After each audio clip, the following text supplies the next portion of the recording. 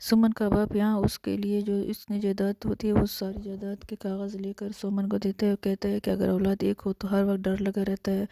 کہ ہمارے جانے کے بعد تو وہ کیا کریں گے، اس کا کون ہوگا، کیونکہ بہن بھائی تو اس کے ہوتے نہیں، تو اس لیے مجھے بھی ہر وقت یہ ڈر لگا رہتا ہے کہ میرے جانے کے بعد تمہارا کیا ہوگا۔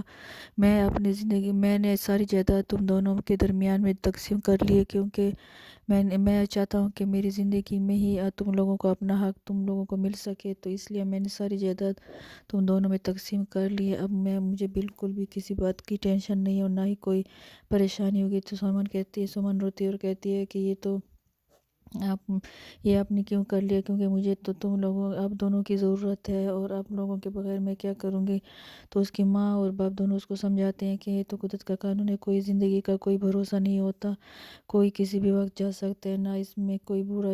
نہ ہی کوئی جوان ہوتا ہے۔ تو یہاں پر سب ڈائننگ ٹیبل پہ بیٹھے ہوتے ہیں، کھانا کھا رہے ہیں، سارے گھر کے فیملی کے سارے لوگ بیٹھے ہوئے ہیں۔ تو یہاں پر عذرا بات کہتی ہے اور سارا سے کہتی ہے کہ عاشق کی جو فیس ہے وہ کم ہو سکتی ہے، اگر آپ یہ تو میں آپ لوگوں کے فائدے کی بات کر رہی ہوں، کیونکہ میں آپ لوگوں کے بارے میں بہت زیادہ سوچتی ہوں۔ تو آج جب اسکول گئی تو ان سے فیس کی بات کی ہے، تو آج تو انہوں نے کہا کہ عاشق کی فیس کم ہو سکتی ہے، بس کرنا یہ ہے کہ سارا کے طلاق کے کاغذ اور سب ایک فارم میں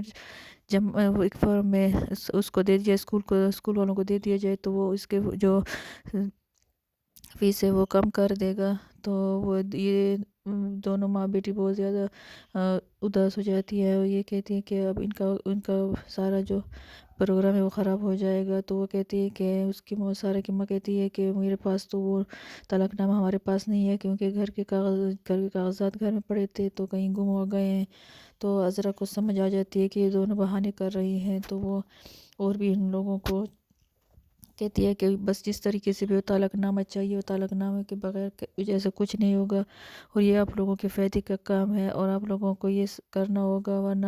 عاشق کی فیس ڈبل ہوگی، اس طریقے سے اس کی فیس بہت زیادہ کم ہو جائے گی۔ تو سارے کی ماں یہاں بہت زیادہ اداس بھی ہوتے ہیں، غصے میں ہوتے ہیں کہ اب اس کا کیا کرنا ہے، کیونکہ عذرا تو ان کا جان نہیں چھوڑ رہی تھی اور کسی طریقے سے وہ طلاق نامہ اس کو چاہیے تھا۔ تو وہ عذرا اور سارا کی ماں دونوں بہت پریشان ہوتے کہ عذرا کو کیا جواب دیا جائے۔ یہاں پر جو اسماء ہے وہ نہا دھو کر جب باہر آتی ہے تو اس کا جو ولید ہے تو وہ اپنے بیٹے کو سبق پڑھا رہا ہے، تو وہ حیران ہو جاتی ہے کیونکہ وہ اس طریقے سے نہیں پڑھائی وغیرہ کوئی بھی کام نہیں کرواتا تھا۔ تو یہاں اسماء آ رہی ہے ٹرے لے کر، تو عذرا اس کے پاس آتی ہے اور کہتی ہے کہ اب ان ماں بیٹی دونوں کا میں نے جو کام وہ تمام کرنا ہے۔ یہاں پر سارا بہت زیادہ غصے میں ہوتی ہے اور اب ماں سے کہتی ہے کہ اس عذرا کا کچھ کرو، یہ تو منہ تک آ رہی ہے، اس سے جان چھڑانی چاہیے، اب یہ اس کے بعد ہمیں اس کو کیسے ہینڈل کریں گے، کیونکہ یہ تو جان چھوڑنے والی نہیں ہے۔ تو وہ اسی بات پہ دونوں بحث کر رہے ہوتے ہیں اور یہ باتیں سوچ رہے تھے کہ کس طریقے سے عذرا سے جان چھوڑ لی جائے۔ یہاں پر عذرا نے ماں کو فون کیا اور اسے کہا کہ میں نے